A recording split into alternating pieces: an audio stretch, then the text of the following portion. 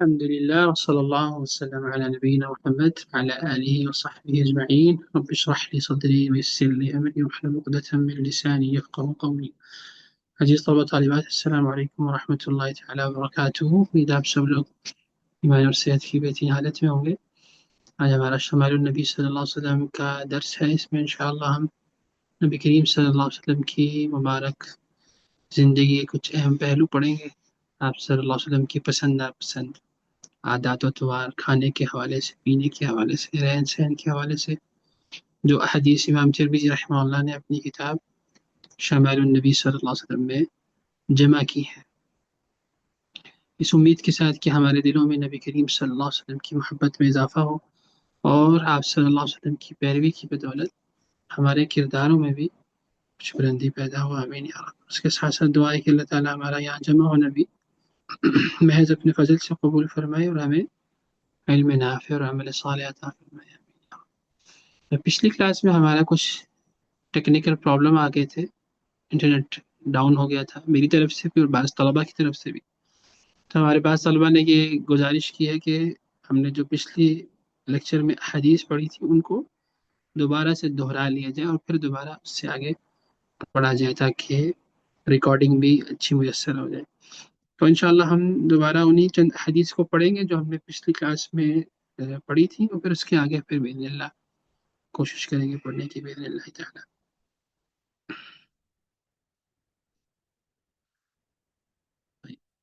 ہم بات کر رہے تھے باب ما جاء فی صفات ادام رسول اللہ صلی اللہ علیہ وسلم، یعنی اللہ کے نبی صلی اللہ علیہ وسلم کے سالن کے حوالے سے کہ آپ اپنی مبارک زندگی میں جو مختلف سالن آپ صلی اللہ علیہ وسلم نے استعمال فرمائے ہیں وہ کون کون سے تھے. اس حوالے سے جو حدیث ہمیں ملتی ہیں اس کا ہم مطالعہ کریں گے انشاءاللہ. اسی سے ہم نے پچھلی کلاس کا بھی آغاز کیا تھا. یہ حدیث نمبر 160 ہے. جناب انس رضی اللہ تعالی عنہ کی وہ فرماتے ہیں امام ترمذی رحمہ اللہ: حدثنا محمد بن بشار قال حدثنا محمد بن جعفر وعبد الرحمن بن مهدي قال حدثنا شعبة عن قتادة عن أنس بن مالك رضي الله عنه أنه قال: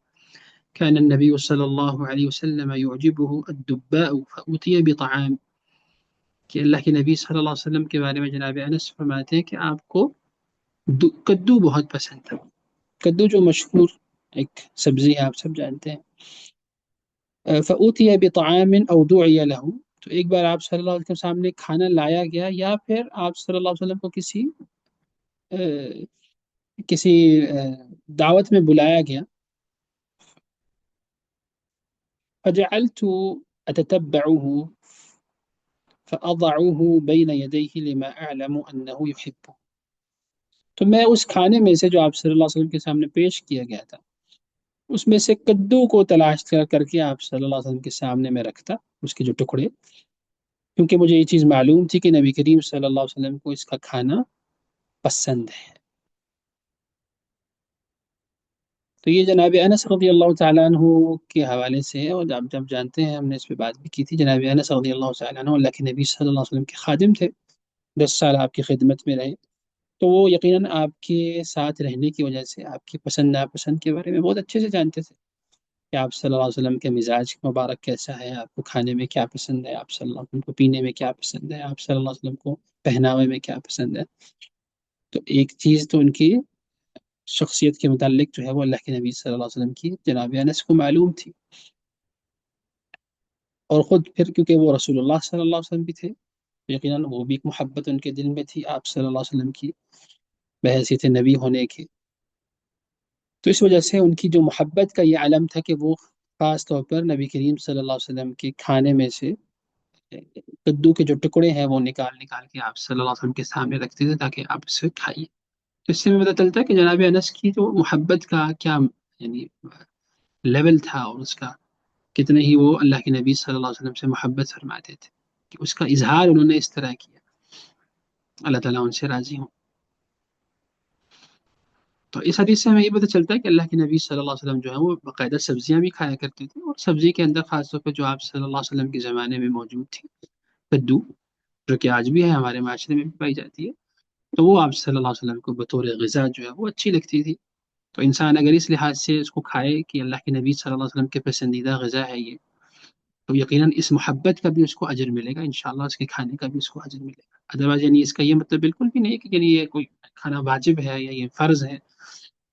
لیکن اگر اس محبت سے کھائے گا کہ اللہ کے نبی صلی اللہ علیہ وسلم کو یہ چیز پسند تھی تو مجھے بھی یہ پسند ہونی چاہیے، تو یقیناً اس کا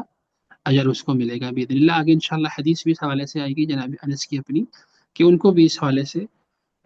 کدو جو ہے وہ بہت پسند تھا، کیونکہ وہ اللہ کے نبی صلی اللہ علیہ وسلم کو پسند تھا۔ اور کدو کے حوالے سے جیسے میں نے آپ کو ذکر کیا تھا کہ اس کا ذکر ہمیں قرآن کریم میں بھی ملتا ہے، سورہ صافات کے اندر آیت نمبر 146 میں اللہ تعالیٰ ارشاد فرماتے ہیں وَأَنبَتْنَا عَلَيْهِ شَجَرَةً مِّن يَقْطِينٍ، جو جناب یونس علیہ السلام کا جو قصہ ہے اس کے اندر، کہ ہم نے ان پر کدو کی ایک بیل پیدا کر دی، اور اس پر آپ صلی اللہ علیہ وسلم نے یہ بھی فرمایا، ایک حدیث میں آتا ہے کہ یہ میرے بھائی یونس کا درخت ہے، یعنی جو کدو کا درخت ہے۔ واللہ اعلم بالصواب۔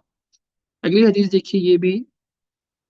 اسی کھانے سے ریلیٹڈ ہے۔ جناب امام ترمذی رحمہ اللہ فرماتے ہیں حدثنا قتيبة ابن سعيد قال حدثنا حفص بن غياث عن اسماعيل ابن ابي خالد عن حكيم بن جابر عن ابيه انه قال دخلت على النبي صلى الله عليه وسلم فرأيت عنده دباء يقطع۔ یہ جناب جابر بن طارق بن عوف رضی اللہ تعالیٰ عنہ کی حدیث ہے۔ وہ فرماتے ہیں کہ ایک بار میں اللہ کے نبی صلی اللہ علیہ وسلم کی خدمت میں آیا تو میں نے دیکھا کہ آپ کے پاس کدو کو کاٹا جا رہا ہے، یعنی کدو کے ٹکڑے کیے جا رہے ہیں۔ فقلت، میں نے کہا ما هذا، یہ کیا ہے، یعنی اس کرنے کی وجہ کیا ہے، اس کے کاٹنے کی ٹکڑے جو کیے جا رہے ہیں۔ تو آپ صلی اللہ علیہ وسلم نے ارشاد فرمایا نکثر به طعامنا، اس کے ذریعے ہم اپنا کھانا زیادہ کر لیں گے، یعنی جتنے کم ٹکڑے بنیں گے تو یقیناً اس کی مقدار زیادہ ہو جائے گی، اور اس کو جو ہے وہ زیادہ لوگ کھا سکیں گے۔ اگر بڑے بڑے ٹکڑے بنائیں گے، اس کو بڑے بڑے ٹکڑے کر کے بنایا جائے گا سالن، تو یقیناً وہ پھر اس لحاظ سے استعمال میں کم آئے گا۔ تو جتنے کم ٹکڑے ہوں گے، جتنے زیادہ ٹکڑے ہوں گے، یقیناً پھر اس کی جو توزیع ہے، اس کا بانٹنا اور اس کھانے میں شریک ہونے والے ہاتھ جو ہیں وہ بہت زیادہ ہوں گے الحمدللہ۔ تو ویسے بھی اللہ رب العزت کی طرف سے جیسے ہم جانتے ہیں کہ برکت ہوتی ہے کھانے میں، اگر ہاتھ زیادہ لگتے ہیں یعنی کھانے والے زیادہ ہوتے ہیں تو اس کھانے میں پھر برکت بھی ہو جاتی ہے۔ اور اس حوالے سے کچھ حدیث بھی ہیں جیسے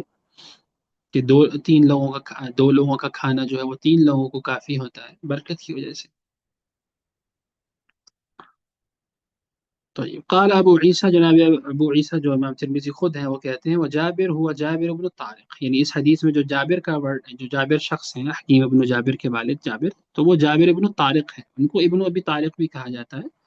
وہ رجل من اصحاب رسول اللہ صلی اللہ علیہ وسلم، اور یہ وہ شخص ہیں جو اللہ کے نبی صلی اللہ علیہ وسلم کے ساتھی تھے، صحابیوں میں سے ہیں۔ ولا نعرف له الا هذا الحديث الواحد، اور جناب یہ جو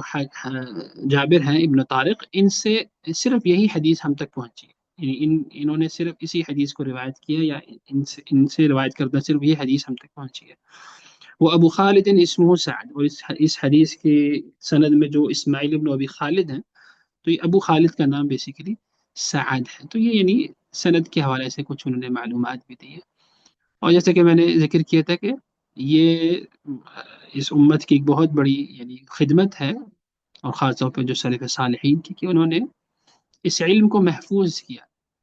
ایسا نہیں ہو کہ ایک ہی حدیث سے، اگر ایک صحابی سے ایک ہی روایت ہے تو اس کو چھوڑ دو کہ اس ایک روایت کا کیا فائدہ، یا اس سے کیا کوئی تبدیلی آ سکتی ہے، نہیں، انہوں نے اس کو بھی محفوظ کیا، کیونکہ یہ اللہ کے نبی صلی اللہ علیہ وسلم سے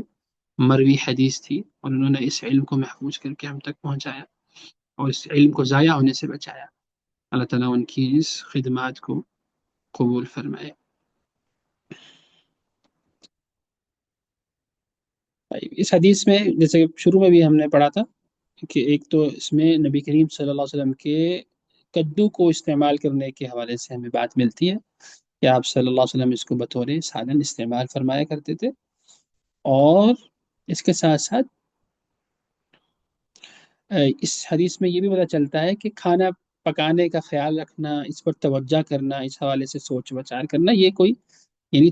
زہد اور توکل کی منافی بات نہیں ہے، بلکہ یہ بھی روزمرہ زندگی کے کاموں میں سے ایک کام ہے، اور انسان کو اس حوالے سے بھی توجہ کرنی چاہیے اور اعتدال کی راہ اپنانی چاہیے۔ یقیناً کسی بھی چیز میں غلو کرنا یا اسراف کرنا یہ تو بالکل درست نہیں ہے، لیکن میانہ روی اختیار کرتے ہوئے اعتدال پسندی کے ساتھ یقیناً ان معاملات کو بھی انسان کو اپنے ذہن میں رکھنا چاہیے۔ اللہ عالم بالصواب۔ اگلی حدیث دیکھیے، جناب انس کی ہے یہ، اور اس میں ذرا تفصیل بھی ہے، جو پہلی حدیث گزر چکی ہے اس سے۔ امام ترمذی رحمہ اللہ فرماتے ہیں حدثنا قتيبة ابن سعيد عن مالك بن انس، یہ مالک وہی مشہور محدث مدینہ کے، ان اسحاق ابن عبد الله ابن ابي طلحة انه سمع انس بن مالك رضي الله عنه انه يقول، جناب انس بن مالک رضی اللہ تعالیٰ عنہ اللہ کے نبی صلی اللہ علیہ وسلم کے صحابی، وہ فرماتے ہیں ان خیاطا دعا رسول اللہ صلی اللہ علیہ وسلم لطعام صنعه، کہ آپ صلی اللہ علیہ وسلم کے زمانے میں مدینہ کے اندر ایک درزی نے، ایک ٹیلر نے آپ صلی اللہ علیہ وسلم کو کھانے کی دعوت پہ بلایا، کھانا انہوں نے خود بنایا باقاعدہ گھر میں۔ قال انس فذهبت مع رسول الله صلی اللہ علیہ وسلم الى ذلك الطعام، جناب انس فرماتے ہیں میں بھی اللہ کے نبی صلی اللہ علیہ وسلم کے ساتھ اس دعوت پر گیا تھا، فقرب الى رسول اللہ صلی اللہ علیہ وسلم خبزا من شعیر، تو جناب میزبان جو تھے درزی صحابی، انہوں نے اللہ کے نبی صلی اللہ علیہ وسلم کے سامنے خبزا من شعیر، جو کی جو روٹی ہے وہ پیش کی کھانے کے لیے، ومرقا فیہ دباء وقدید، اور اسی طرح ایک سالن پیش کیا جو شوربے والا سالن تھا، اس کے اندر دبا بھی تھا یعنی کدو بھی تھا، اور قدید خشک گوشت کے ٹکڑے بھی تھے، دونوں چیزوں سے بنا ہوا وہ ایک سالن تھا۔ قال انس فرماتے ہیں فرأيت النبي صلی اللہ علیہ وسلم يتتبع الدباء حوالي القصع، میں نے اللہ کے نبی صلی اللہ علیہ وسلم کو دیکھا کہ آپ اس پیالے میں سے جو جس کے اندر وہ کھانا تھا، سالن تھا، اس کے کناروں میں سے آپ کدو تلاش کر رہے ہیں اور اس کو کھا رہے ہیں، یعنی آپ صلی اللہ علیہ وسلم کی جو توجہ ہے وہ کدو کی طرف زیادہ ہے۔ فلم ازل احب الدباء من یومئذ، اس دن سے مجھے ہمیشہ کدو پسند آ گیا اور میں اس کو کھاتا ہوں اور اس کو اپنے استعمال میں لاتا ہوں۔ طيب اس حدیث میں دیکھیے اللہ کے نبی صلی اللہ علیہ وسلم کے ایک قصہ جناب انس نے ہمیں بتایا ہے، اور ان کی اپنی کدو کی پسندیدگی کی بھی وجہ انہوں نے یہاں بیان کی ہے، جیسے پہلے بھی میں نے آپ سے ذکر کیا، ایک تو ان کی اللہ کے نبی صلی اللہ علیہ وسلم سے محبت، شخصیت، اور پھر اللہ کے نبی صلی اللہ علیہ وسلم کی جس چیز میں محبت تھی، یعنی جس چیز کو آپ صلی اللہ علیہ وسلم پسند کرتے تھے، انہوں نے بھی اس چیز کو اپنے لیے پسند کیا اور اس کو اپنی پسند بنایا۔ تو یہ ایک سبحان اللہ اطاعت کا اور محبت کا اور اتباع کا ایک بہت ہی اعلیٰ درجہ ہے، کہ جس میں ایک مسلمان بندہ، اور صحابی کی ہمارے سامنے مثال موجود ہے کہ جنہوں نے اپنی پسند کو بھی اللہ کے نبی صلی اللہ علیہ وسلم کی پسند کے مطابق کیا، کھانے پینے کے معاملات میں بھی۔ ایک تو یہ ہے کہ انسان اپنی زندگی جو پوری ایک زندگی کا ایک گزارنے کا طریقہ ہے، اس کے اندر اللہ اس کے رسول کی پسند کو اختیار کرے، یہ تو ہے ہی ہے نا، اور یہ تو ہر شخص سے مطلوب ہے اس بات کو۔ تو یہاں ہم دیکھتے ہیں اللہ کے نبی صلی اللہ علیہ وسلم کے تیار کردہ صحابہ، اور ان کے اندر جو ان کی محبت تھی، اطاعت اور اتباع،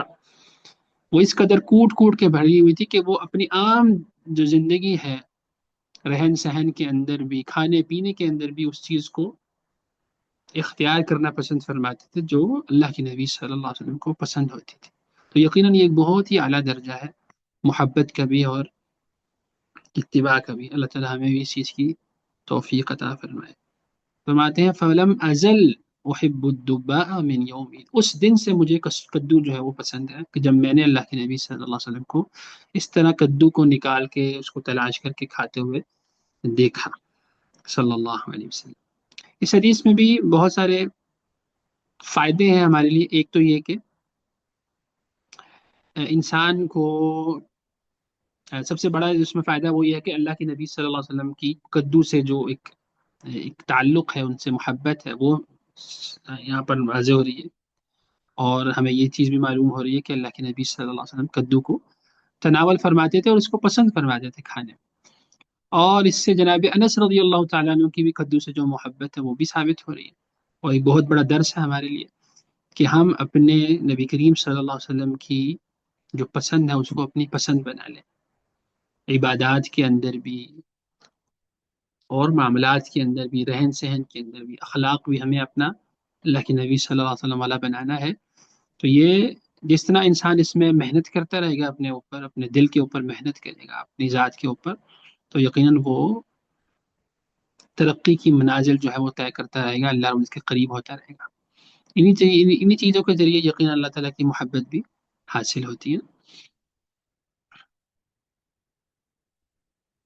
کہ جیسے کہ قرآن کریم کی آیت میں بھی اللہ تعالیٰ شاہ فرماتے ہیں کہ آپ ان سے کہیے، اہل ایمان سے، کہ اگر تمہیں اللہ رب العزت کی محبت چاہیے تو تمہیں میری اتباع کرنی پڑے گی. فاتبعونی یحببکم اللہ، تم لوگ میری اتباع کرو، اللہ تعالیٰ تم سے محبت فرمائیں گے. تو اللہ رب العزت کی محبت حاصل کرنے کے لیے اللہ کے نبی صلی اللہ علیہ وسلم کی اتباع بہت زیادہ ضروری ہے. ہر چیز، جس قسم کا عقیدہ انہوں نے دیا ہے ویسا ہمارا عقیدہ ہو، جس قسم کی عبادات کرنے کا طریقہ انہوں نے بتایا ویسا ہمارا ہو، جہاں ہمیں جن چیزوں سے روکا ہے اس سے ہم رک جائیں، جن چیزوں کو کرنے کا حکم دیا وہ ہم کریں،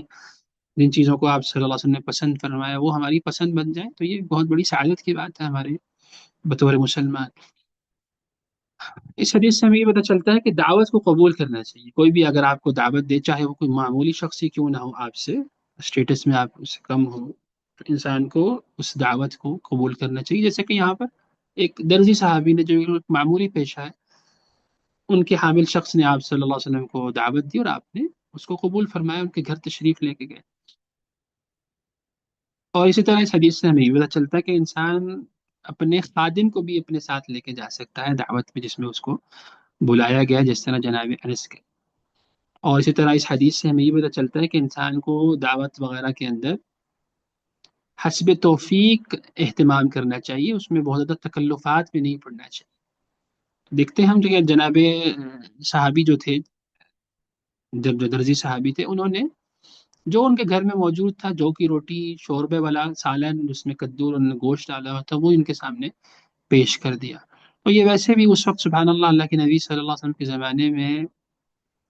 تکلفات سے پاک لوگ زندگیاں گزارتے تھے. نہ آپ صلی اللہ علیہ وسلم کی زندگی میں ہمیں یہ چیز ملتی ہے، اور اسی طرح صحابہ کرام کی زندگی میں بھی ہمیں یہ چیز ملتی ہے کہ بہت ہی سادگی اور تکلفات سے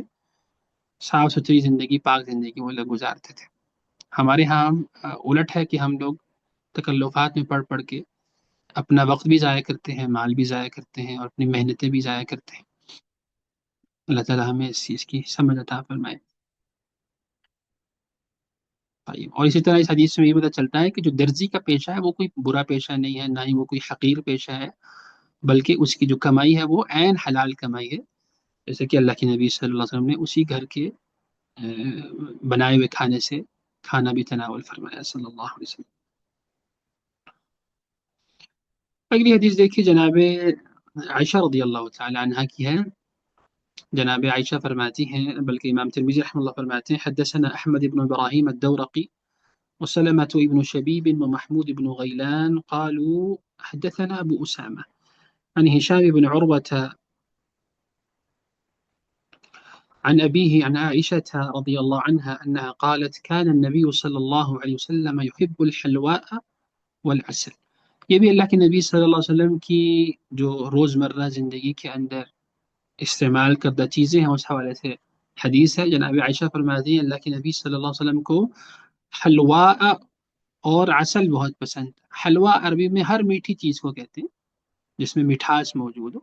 ہمارے یہاں تو اردو میں حلوہ ایک خاص اسپیسیفک اس ڈش کو کہتے ہیں نا، جو ہم سوجی وغیرہ سے بنائیں یا اور بھی چیزوں سے بنتا ہے، لیکن عربی میں حلوہ ایک عام ورڈ ہے کہ ہر وہ میٹھی چیز، یعنی ہر وہ چیز جس کے اندر مٹھاس موجود ہو اس کو حلوہ کہتے ہیں. اور اس کے ساتھ ساتھ والعسل، آپ صلی اللہ علیہ وسلم کو عسل یعنی کھجور، لا لا لا حول ولا قوة إلا بالله، کیا کہتے ہیں اس کو اردو میں، سبحان اللہ، شہد. آپ صلی اللہ علیہ وسلم کو میٹھا کھانا یا میٹھی چیز اور اس کے ساتھ ساتھ شہد، دونوں چیزیں پسند تھی. حالانکہ ہم جانتے ہیں کہ شہد بھی میٹھی ہی چیز میں آتی، لیکن یہ آپ صلی اللہ علیہ وسلم کی جو کہ پسندیدگی اس میں بہت زیادہ تھی، تو جناب عائشہ رضی اللہ تعالیٰ عنہ نے اس کا خاص طور پر ذکر فرمایا کہ ایک تو آپ صلی اللہ علیہ وسلم کو میٹھی چیز پسند تھی، اور میٹھی چیزیں بھی آپ صلی اللہ علیہ وسلم جو شہد ہے اس کو بطور خاص پسند فرماتے.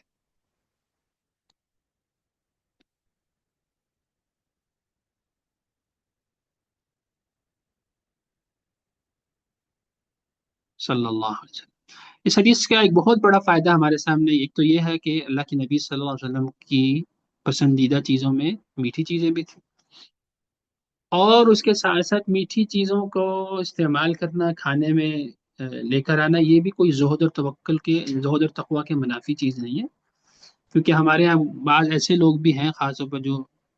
تصوف سے جن کا تعلق ہوتا ہے، صوفیہ جن کو ہم کہتے ہیں، ان میں بعض ایسے لوگ بھی گزرے ہیں جو اللہ رب العزت کی دی ہوئی نعمتوں کو خواہ مخواہ اپنے سے یعنی یوں کہہ لیجیے کہ اپنے اوپر حرام کر لیا کرتے کر لیتے ہیں، بلکہ ابھی بھی ایسے لوگ ہیں یعنی وہی سمجھتے ہیں کہ گویا ان چیزوں کو استعمال کرنا یہ ان کے زہد پر، ان کے رب کے ساتھ تعلق کو کمزور کر دے گا، تو وہ جان بوجھ کے ایسی جو نعمتیں ہیں اللہ رب العزت کی دی ہوئی اس سے کنارہ کشی اختیار کر لیتے ہیں۔ اور بعض اوقات بعض لوگ تو ایسے بھی ہوتے ہیں جو بالکل دنیا سے بے رغبتی کر کے، اختیار کر کے الگ تھلگ زندگی گزارتے ہیں کسی کونے میں جا کے، بعض اوقات لوگ اس سے بھی آگے بڑھ کے شہری زندگی کو ہی چھوڑ کے بالکل جنگلوں میں چلے جاتے ہیں۔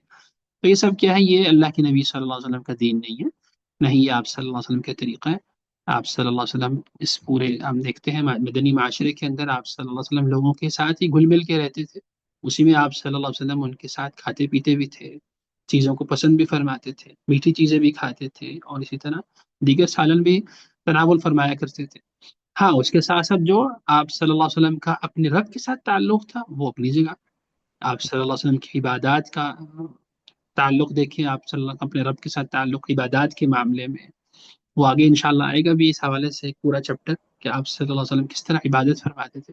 تو وہ سب چیزیں اپنے ساتھ ہیں۔ لیکن دنیا کے اندر آپ صلی اللہ علیہ وسلم کی یہ بھی ہمیں ان کی زندگی کی جھلک ملتی ہے کہ آپ اللہ رب العزت کی دی ہوئی نعمتوں کو استعمال بھی فرماتے تھے، اور اس کا یہ بہت بڑا یہ اس میں درس ہے ہمارے لیے کہ فمن راغب، جیسے کہ حدیث میں آتا ہے فمن راغب عن سنتی فلیس منی، جو میرا طریقہ کو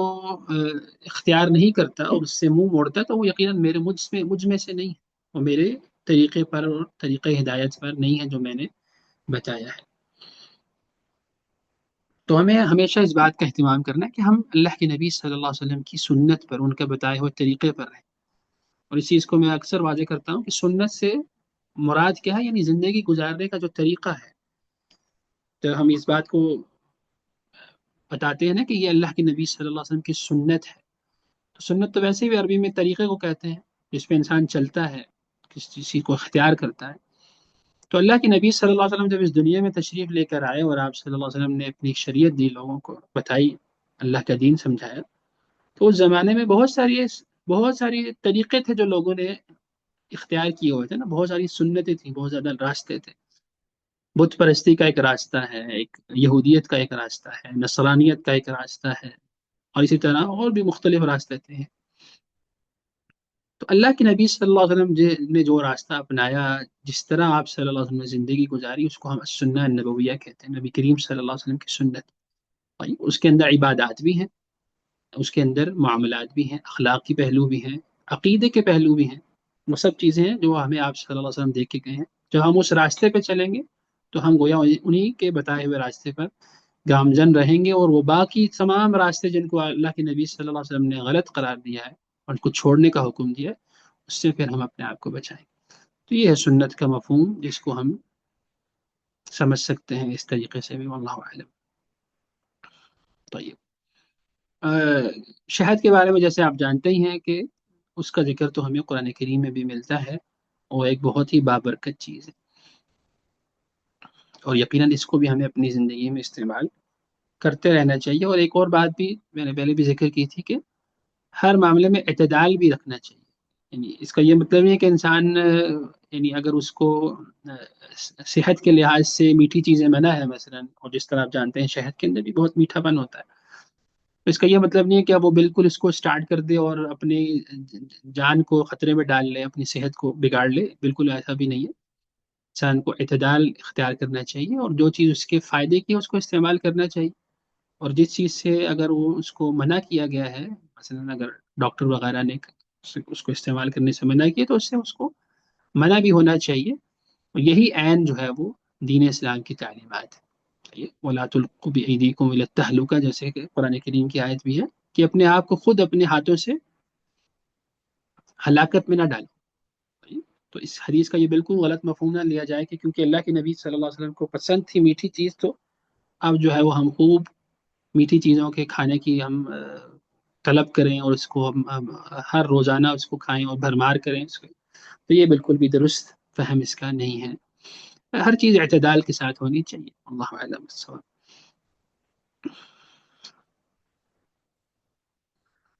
اگلی حدیث جناب ام سلمہ رضی اللہ تعالی عنہ کی ہے، جو کہ اللہ کے نبی صلی اللہ علیہ وسلم کی زوجہ محترمہ تھی۔ جناب امام ترمذی رحمہ اللہ فرماتے ہیں حدثنا الحسن ابن محمد الزعفراني قال حدثنا حجاج بن محمد قال ابن جريج أخبرني محمد بن يوسف أن عطاء بن يسار أخبره أن أم سلمة رضي الله عنها أخبرته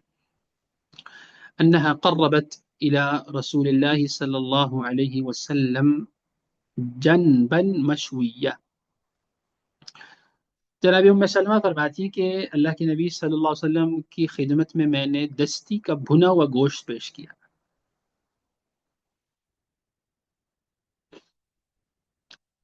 فَأَكَلَ مِنْهُ، تو آپ صلی اللہ علیہ وسلم نے اس سے کھایا، اس گوشت سے تناول فرمایا۔ ثم قام الى الصلاة وما توضا، پھر آپ صلی اللہ علیہ وسلم نماز کے لیے کھڑے ہو گئے اور آپ نے اپنا وضو بھی نہیں فرمایا۔ طيب اس حدیث کو یہاں پر ذکر کرنے کا مقصد کیا ہے؟ امام ترمذی رحمہ اللہ نے اس کو اس باب میں اس لیے ذکر کیا کیونکہ اس میں ایک تو اللہ کے نبی صلی اللہ علیہ وسلم کے کھانے کے حوالے سے ہمیں ایک فائدہ ملتا ہے اور ایک معلومات ملتی ہیں کہ اللہ کے نبی صلی اللہ علیہ وسلم نے بھنا ہوا گوشت بھی کھایا ہے۔ تو یہ یعنی آپ صلی اللہ علیہ وسلم کی جو روٹین ہے یا آپ صلی اللہ علیہ وسلم کی مبارک زندگی ہے اس کے اندر یہ چیز بھی موجود تھی، اور آپ صلی اللہ علیہ وسلم نے اس کو تناول فرمایا ہے، پہلو کا یا دستی کا جو بھنا ہوا گوشت ہوتا ہے۔ اور اس کے ساتھ ساتھ اس میں فقہی ایک فائدہ یہ بھی ہے کہ جو چیز آگ پر پکی ہوئی ہو اس سے انسان کا وضو نہیں ٹوٹتا۔ تو اسی لیے جناب ام سلمہ نے آخر میں یہ فرمایا کہ ثم قام الى الصلاة وما توضا، کہ آپ صلی اللہ علیہ وسلم نے اس کے بعد پھر کھڑے ہو کے نماز پڑھنا شروع کر دی، اور اس میں آپ صلی اللہ علیہ وسلم نے اپنا وضو بھی نہیں کیا۔ مطلب یہ کہ آپ صلی اللہ علیہ وسلم اس کھانے سے پہلے وضو سے ہی تھے، پھر آپ نے کھانا تناول فرمایا اور کھانے کے بعد آپ نے وضو بھی نہیں کیا، مطلب پھر وضو نہیں ٹوٹا، اس کا مطلب ہے کھانے سے۔ دراصل اس میں یہ ایک اس میں فائدہ اور ایک اس کا بیک گراؤنڈ یہ بھی ہے کہ شروع زمانے میں اسلام کے دین اسلام کی شریعت میں اللہ کے نبی صلی اللہ علیہ وسلم نے پہلے یہ حکم تھا اہل ایمان کے لیے کہ جو چیز آگ پر پکی ہوئی ہے اس سے مسلمان کو دوبارہ وضو کرنا، یعنی اس کو کھانے سے وضو ٹوٹ جائے گا۔ کوئی بھی چیز آگ پہ پکی ہو اس کو کھانے سے وضو ٹوٹ جایا کرتا تھا، یعنی دوبارہ سے وضو کرنے کا حکم دیا گیا تھا۔ لیکن اس کو پھر آپ صلی اللہ علیہ وسلم نے اپنے اس عمل سے یوں کہہ لیجیے کہ منسوخ فرما دیا کہ کھانے کوئی بھی چیز جو آگ پر پکی ہوئی ہو اس کو کھانے سے وضو نہیں ٹوٹتا۔ ہاں یہ ضرور ہے کہ انسان کو اپنے ہاتھ وغیرہ دھو لینے چاہیے، کلی وغیرہ کر لینے چاہیے تاکہ کوئی چکنائی وغیرہ ہے یا اس کے کوئی اثرات ہیں تو وہ نکل جائیں، منہ بھی صاف ہو جائے، ادروائز یعنی اس کے وضو پر سے کوئی فرق نہیں پڑتا۔ اس ایک حدیث سے سبحان اللہ اتنے سارے فائدے ہمیں یہاں پر ملتے ہیں۔ اور ام سلمہ آپ جانتے ہیں اللہ کے نبی صلی اللہ علیہ وسلم کی جو زوجہ تھی، ان کا اصل نام بیسیکلی ہند تھا، لیکن ان کے اوپر ان کی کنیت جو ہے وہ غالب آ گئی، ان کے بیٹے تھے سلمہ، ان کی نسبت سے ان کو ام سلمہ کہتے ہیں صلی اللہ علیہ وسلم۔ طیب اگلی حدیث دیکھتے ہیں، جناب عبداللہ بن الحارث کی ہے۔ امام ترمذی رحمہ اللہ فرماتے ہیں حدثنا قتیبہ قال حدثنا ابن لهيعة عن سليمان بن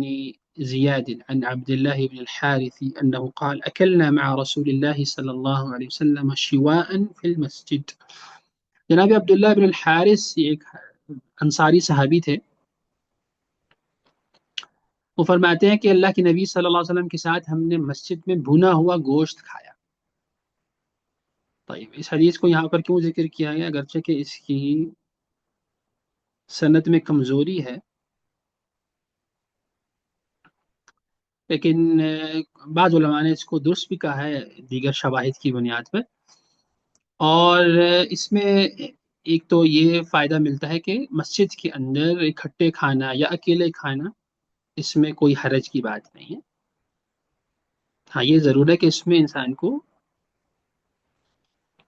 صفائی ستھرائی وغیرہ کا خیال ضرور رکھنا چاہیے، ایسا نہ ہو کہ وہاں پر کوئی گندگی پھیل جائے یا کھانے کے ٹکڑے گر جائیں اور وہ پھر دوسروں کے لیے تکلیف کا باعث بنے، ان کی لباس کے لیے، یا بعض اوقات کسی کھانے کی جو اسمیل ہوتی ہے، بو ہوتی ہے، وہ بہت تیز ہوتی ہے، تو اس کا بھی یقیناً بعض لوگوں کے مزاج پر جو ہے اس کا برا اثر پڑتا ہے، ان کے لیے ناگوار ہوتا ہے، تو یہ سب چیزیں بھی انسان کو ذہن میں رکھنی چاہیے۔ لیکن فی نفس ہی مسجد کے اندر کھانا، چاہے آپ اکیلے ہوں یا ساتھ بیٹھ کے ہوں، تو اس میں کوئی حرج نہیں ہے، اور بھی دیگر حدیث میں بھی اس کا ذکر ہمیں ملتا ہے، اس میں کوئی حرج نہیں۔ تو امام ترمذی رحمہ اللہ نے اس کو یہاں اس لیے ذکر کیا کہ آپ صلی اللہ علیہ وسلم کی معمولات میں، یا آپ صلی اللہ علیہ وسلم نے مسجد میں بھی کھانا تناول فرمایا، اور آپ صلی اللہ علیہ وسلم کے زمانے میں بعض لوگ جو ہیں وہ اس طرح کھانا کھایا کرتے تھے، تو اس میں کوئی حرج نہیں ہے فقہی لحاظ سے، شرعی لحاظ سے، واللہ اعلم بالصواب۔ یہاں تک ہم نے پچھلی کلاس میں پڑھا تھا، اور جیسے میں نے کہا کہ تکنیکی خرابیوں کی وجہ سے اس کی ریکارڈنگ بھی اچھی نہیں ہو سکی، اور بعض طلبہ نے بھی گزارش کی تھی کہ ہم نے اس کو دوبارہ پڑھ لیں۔ انشاءاللہ آگے سے ہم کچھ احادیث کو پڑھتے ہیں باذن اللہ، کچھ مزید احادیث جس میں اللہ کے نبی صلی اللہ علیہ وسلم کی کھانے کے حوالے سے اور ان کی پسند کے حوالے سے کچھ احادیث ہیں۔ جناب مغیرہ ابن شعبہ رضی اللہ تعالیٰ عنہ کی یہ حدیث ہے۔ امام ترمذی رحمہ اللہ فرماتے ہیں حدثنا محمود بن غیلان قال حدثنا وكيع قال حدثنا مسعر عن أبي صخرة جامع بن شداد عن المغيرة ابن عبد الله عن المغيرة ابن شعبة أنه قال ضفت مع رسول الله صلى الله عليه وسلم ذات ليلة، کہ ایک رات اللہ کے نبی صلی اللہ علیہ وسلم کے ساتھ میں کسی دعوت پر گیا، یعنی ہماری دعوت کی گئی، ہمیں بطور مہمان بلایا گیا۔ فَأُتِيَ بِجَنْبٍ مَشْوِي، تو ہمارے سامنے گوشت لایا گیا، بھنا ہوا گوشت، وہ دستی کا گوشت جو ہوتا ہے۔ ثم اخذ الشفرة فجعل يحز، تو اللہ کے نبی صلی اللہ علیہ وسلم نے چھری لی اور اس سے پھر اس کو کاٹنے لگے، اس گوشت کے اس ٹکڑے کو اس میں سے۔ فحز لی بها منه، اور آپ صلی اللہ علیہ وسلم نے میرے لیے بھی اس گوشت میں یعنی کاٹ کے میرے سامنے رکھا، جو آپ صلی اللہ علیہ وسلم کے ہاتھ میں چھری تھی، اس چھری سے آپ صلی اللہ علیہ وسلم نے اس گوشت کے ٹکڑے اس میں سے کاٹے اور میرے سامنے بھی آپ صلی اللہ علیہ وسلم نے پیش کیے۔ قال فجاء بلال يؤذنه بالصلاة، تو اچانک جو ہے وہ اللہ کے نبی صلی اللہ علیہ وسلم کے پاس جناب بلال آئے اور آپ کو نماز کی اطلاع دی کہ نماز کا وقت ہونے والا ہے یا ہو گیا ہے۔ فألقى الشفرة، تو آپ صلی اللہ علیہ وسلم نے اپنے ہاتھ سے وہ چھری جو ہے وہ رکھ دی۔ فقال ما له تربت يداه، تو آپ صلی اللہ علیہ وسلم نے فرمایا کہ ان کو کیا ہو گیا ہے، اور آپ صلی اللہ علیہ وسلم نے حیرانی کا اظہار کیا۔ قال وكان شاربه قد وفى، تو آپ کو بتایا گیا، یعنی جو خود مغیرہ ابن شعبہ ہیں، ان کی طرف دیکھ کے آپ صلی اللہ علیہ وسلم نے فرمایا کہ ان کو کیا ہو گیا، تو دیکھا کہ آپ صلی اللہ علیہ وسلم کو یعنی بتایا گیا وكان شاربه قد وفى، ان کی جو مونچھیں تھیں وہ بڑی ہوئی تھیں، تو آپ صلی اللہ علیہ وسلم نے ان کی طرف دیکھ کے یہ کہا تھا کہ یہ تو ان کو کیا ہوگا، کتنی بڑی بڑی مونچھیں انہوں نے رکھی۔ فقال له اقصه لك على سواك، تو اللہ کے نبی صلی اللہ علیہ وسلم نے فرمایا کیا میں سواک، یعنی وہ جو مسواک کی ڈنڈی ہوتی اس کو رکھ کے تمہارے بال نہ کاٹ دوں جو بڑے بڑے ہوئے ہیں اور تمہارے منہ پر آ رہے ہیں، تمہارے ہونٹوں کے اوپر۔ او قصہ علی سواک، یا پھر راوی کہتے ہیں کہ اللہ کے نبی صلی اللہ علیہ وسلم نے باقاعدہ اس کو کاٹ دیا، یعنی وہ مونچھوں کے نیچے سواک مسواک کا وہ ڈنڈی رکھ کے، اور اس کے اوپر جو بڑے بڑے ہو رہے تھے بال ان کو آپ نے کاٹ دیا۔ طیب، اس حدیث کے اندر بھی سبحان اللہ کافی چیزیں ہیں سمجھنے والی۔ ایک تو اس لیے امام ترمذی نے یہاں پر اس کو ذکر کیا ہے کیونکہ اس میں نبی کریم صلی اللہ علیہ وسلم کے گوشت کھانے کا ذکر ہے، اور ہمارا جو ٹاپک ہے وہ یہی ہے کہ اللہ کے نبی صلی اللہ علیہ وسلم بطور سالن جو ہے وہ کیا کیا چیزیں تناول فرماتے تھے، تو اس میں گوشت کا ذکر ہے ایک تو۔ اور اسی طرح اور بھی چیزیں ہیں. جو مغیرہ بن شعبہ رضی اللہ تعالیٰ عنہ اس حدیث کے راوی بہت عظیم صحابی ہیں، اور اللہ کے نبی صلی اللہ علیہ وسلم کے زمانے میں یہ کافی چھوٹے بھی تھے، بلکہ یوں کہہ لیجیے کہ جوان صحابہ میں ان کا شمار ہوتا ہے. بنو ثقیف سے ان کا تعلق تھا، اور انتہائی نڈر، بہادر اور معاملہ فہم شخص تھے یہ. ان کی اگر آپ زندگی پڑھیں تو آپ کو بہت چیزیں سیکھنے کو ملیں گی انشاءاللہ. ایک زمانے میں یہ بصرہ کے گورنر بھی رہے، اور کئی دفعہ آپ کوفہ کے گورنر بھی بنائے گئے. اور تقریباً 51 ہجری 51 ہجری میں جناب مغیرہ جو ہیں وہ فوت ہوئے، اللہ تعالیٰ ان سے راضی ہوں. اور تقریباً کوئی 100 کے اوپر ان کی کچھ احادیث بھی انہوں نے اللہ کے نبی صلی اللہ علیہ وسلم سے روایت کی. ان کا ایک بہت مشہور واقعہ ہے صلح حدیبیہ کے موقع پر. آپ لوگ اس کو ضرور پڑھیے گا. جب اللہ کے نبی صلی اللہ علیہ وسلم سے غالباً ملنے آیا تھا قریش کا ایک سردار جو بعد میں مسلمان ہو گئے تھے، اور عروہ ابن مسعود الثقفی، جو ان کے رشتے میں رشتہ دار بھی تھے، یعنی مغیرہ ابن شعبہ کے. چلے وہ میں آپ کو سنا دیتا ہوں. عروہ بن مسعود الثقفی جو ہیں وہ اللہ کے نبی صلی اللہ علیہ وسلم سے جب نیگوسیشن کرنے کے لیے آئے، آپ لوگوں کو یاد ہوگا، ذہنوں میں ہوگا جو سیرہ پڑھتے ہیں، صلح حدیبیہ کے موقع پر جب قریش والوں نے یہ کہا کہ آپ لوگ اس سال واپس چلے جائیں، آپ لوگ بعد میں آئیے، اگلے سال آ جائیے، تو اس معاملے پہ جو ہے وہ گفت و شنید ہو رہی تھی. اس طرف سے پہلے کوئی اللہ کے نبی صلی اللہ علیہ وسلم کا نمائندہ جاتا تھا، پھر وہاں سے لوگ آتے تھے قریش کی طرف سے. تو اس میں بیچ میں عروہ بن مسعود بھی آئے ایک بار، وہ اس سے مسلمان نہیں ہوئے تھے. تو وہ بار بار اللہ کے نبی صلی اللہ علیہ وسلم کی جو داڑھی مبارک ہے اس کو ہاتھ لگاتے، اس کے قریب اپنا ہاتھ لے جاتے. یہ جیسے ایک طریقہ ہوتا ہے کسی کو منانے کے لیے کہ آپ اس کو یعنی محبت سے اس کی طرف ہاتھ بڑھائیں. اور عرب کے اندر یہ چیز ابھی بھی ہے کہ محبت سے دوسرے کی جو داڑھی ہے اس کو پکڑ لیتے ہیں، اس سے یعنی منانے کے انداز میں. تو جناب مغیرہ اللہ کے نبی صلی اللہ علیہ وسلم کے باڈی گارڈز میں بھی تھے، یہ پیچھے کھڑے ہوئے تھے اللہ کے نبی صلی اللہ علیہ وسلم کے ساتھ. تو وہ بار بار ان کے جو رشتے میں چچا بھی لگتے تھے عروہ، وہ اللہ کے نبی صلی اللہ علیہ وسلم کے داڑھی کے قریب ہاتھ بڑھاتے.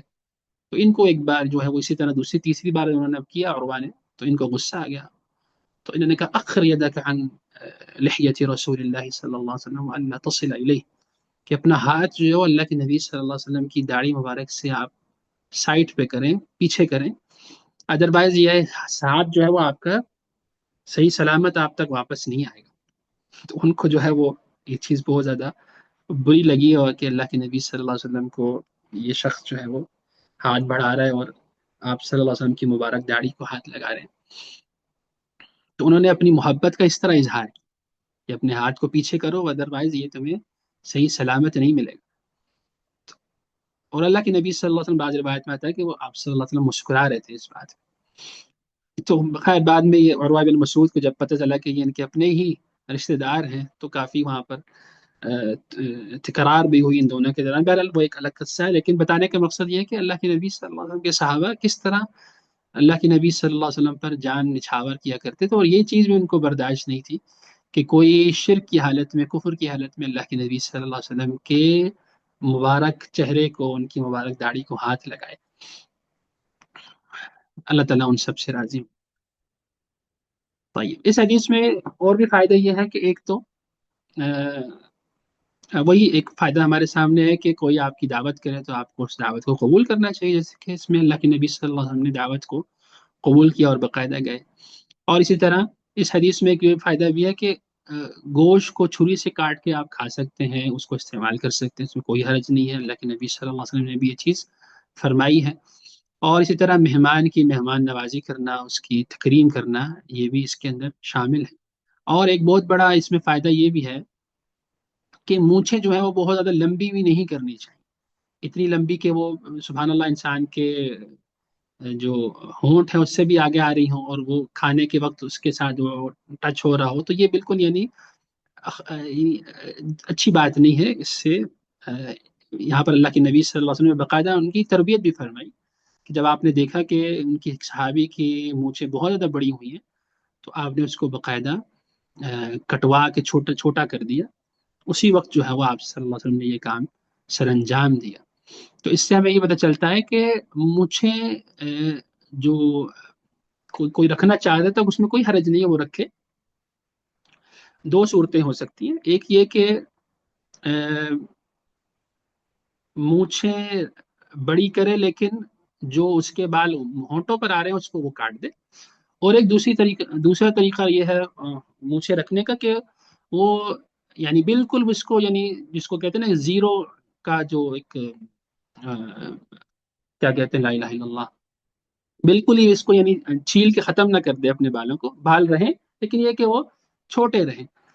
تو یہ دونوں صورتیں ہیں جو علماء نے بیان فرمائی ہیں کہ انسان کو رکھنی چاہیے، ادروائز ہمارے معاشرے میں بعض لوگ بالکل یعنی وہ زیرو کا جو وہ ہوتا ہے، جو اس کی نمبرنگ ہوتی ہے وہ پھیر دیتے ہیں، وہ درست طریقہ نہیں ہے، اس سے بچنا چاہیے۔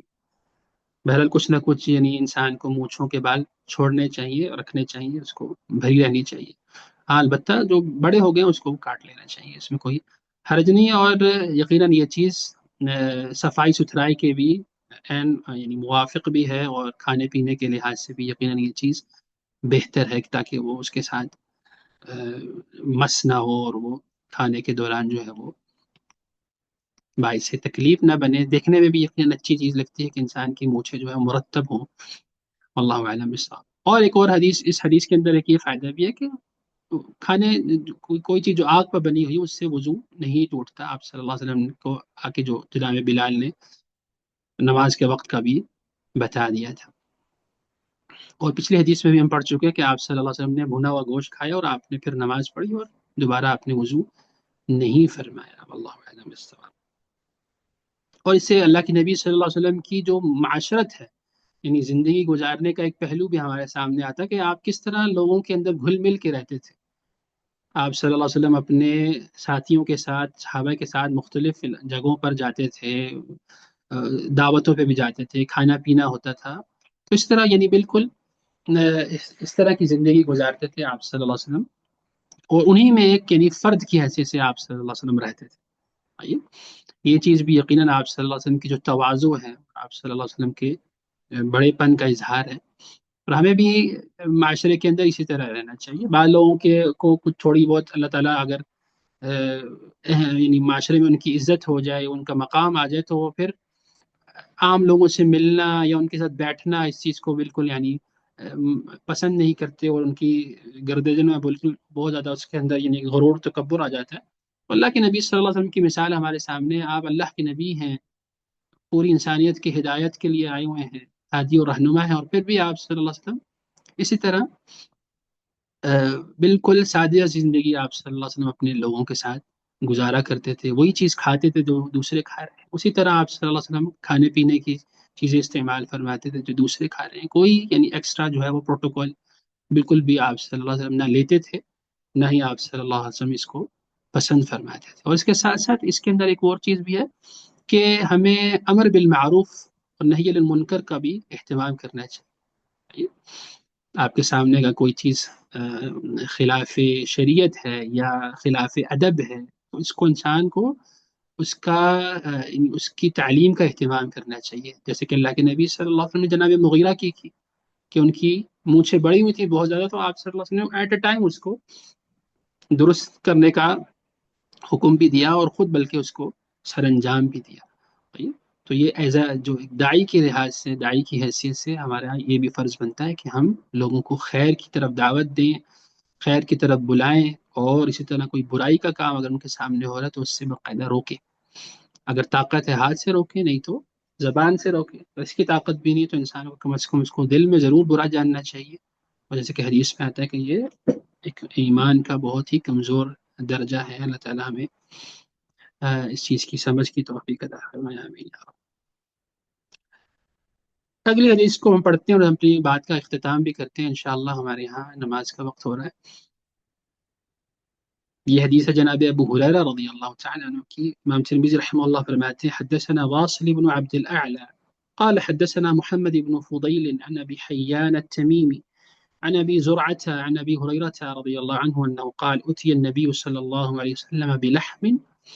کہ جناب ابو ہریرہ فرماتے ہیں اللہ کے نبی صلی اللہ علیہ وسلم کے سامنے گوشت لایا گیا، آپ کو یعنی ہدیتاً پیش کیا گیا، اور یہ آپ صلی اللہ علیہ وسلم کی عادت تھی کہ آپ ہدیہ کو، تحفے کو رد نہیں فرماتے تھے۔ اور اس سے ہمیں یہ پتہ چلتا ہے کہ مدینہ کے اندر آپ صلی اللہ علیہ وسلم کے پاس مختلف لوگ اس طرح ہدیتاً جو ہے وہ کھانا وغیرہ بھی بھجواتے رہتے تھے، تو آپ صلی اللہ علیہ وسلم اس کو اکثر اپنے ساتھیوں کے ساتھ ہی تناول فرما لیا کرتے تھے۔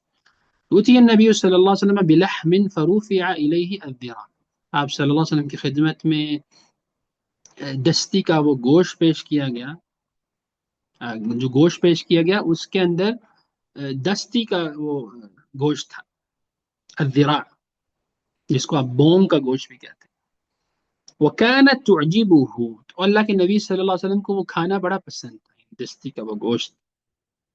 فَنَهَسَ مِنْهَا، تو آپ صلی اللہ علیہ وسلم نے اس کو دانتوں سے کاٹ کے کھایا۔ تو یہاں پر بھی امام ترمذی رحمہ اللہ نے اس کو اس لیے ذکر کیا ہے، اور یہ حدیث صحیح ہے، اس کی اسناد بھی، کہ اس میں اللہ کے نبی صلی اللہ علیہ وسلم کے گوشت کھانے کا ذکر ہے، ان کے پسند کرنے کا بھی ذکر ہے کہ آپ کو دستی کا گوشت پسند تھا، اور اس طرح یہ بھی ہے، اس میں ہمیں پتہ چلتا ہے کہ آپ نے دانتوں سے بھی اس کو کھایا ہے۔ تو یہ اس میں اس حدیث سے ہمیں یہ بھی پتہ چلتا ہے کہ اس کو اختیار کرنے میں کوئی حرج نہیں ہے، یعنی انسان اگر نوچ کے بھی کھائے، جیسے کہ عام طور پر ہمارے یہاں معاشرے میں یہ چیز رائج بھی ہے، بعض اوقات یعنی گوشت کا یا ہڈی کا کوئی ٹکڑا اگر ہوتا ہے، اس پہ لگی ہوئی گوشت لگا ہوتا ہے، تو انسان اس کو نوچ کے کھا لے دانتوں سے، اس میں کوئی حرج نہیں ہے۔ اللہ کے نبی صلی اللہ علیہ وسلم نے بھی اس طرح کیا ہے صلی اللہ علیہ وسلم۔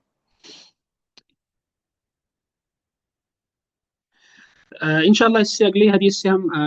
اپنی اگلی مجلس کا آغاز کریں گے۔ جناب عبداللہ بن مسعود رضی اللہ تعالیٰ عنہ کی حدیث ہے وہ، باذن اللہ، اس امید کے ساتھ کہ انشاءاللہ اللہ تعالیٰ ہمیں علم نافع اور عمل صالح عطا فرمائے، ہمارا یہاں جمع ہونا بحضرت کے فضل سے قبول فرمائے۔ آپ لوگوں میں سے کسی کا کوئی سوال ہے تو وہ چیٹ میں لکھ دیا کرے، انشاءاللہ جواب دے دیں گے۔ پچھلی ایک ہماری جو مجلس ہوئی تھی جس میں ہم نے سرکے کے حوالے سے بات کی تھی، اس میں ہمارے ایک بھائی نے ہم سے ایک سوال بھی کیا تھا کہ اللہ کے نبی صلی اللہ علیہ وسلم کے زمانے میں کون سا سرکہ استعمال ہوتا تھا۔ ہم جانتے ہیں نا کہ سرکوں کے بھی مختلف اس کے طریقے ہیں، یعنی مختلف چیزوں کا سرکہ بنتا ہے۔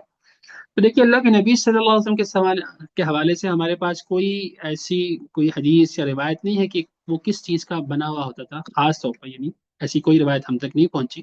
لیکن عمومی طور پر اگر ہم دیکھیں اللہ کے نبی صلی اللہ علیہ وسلم کے زمانے میں کھجور اور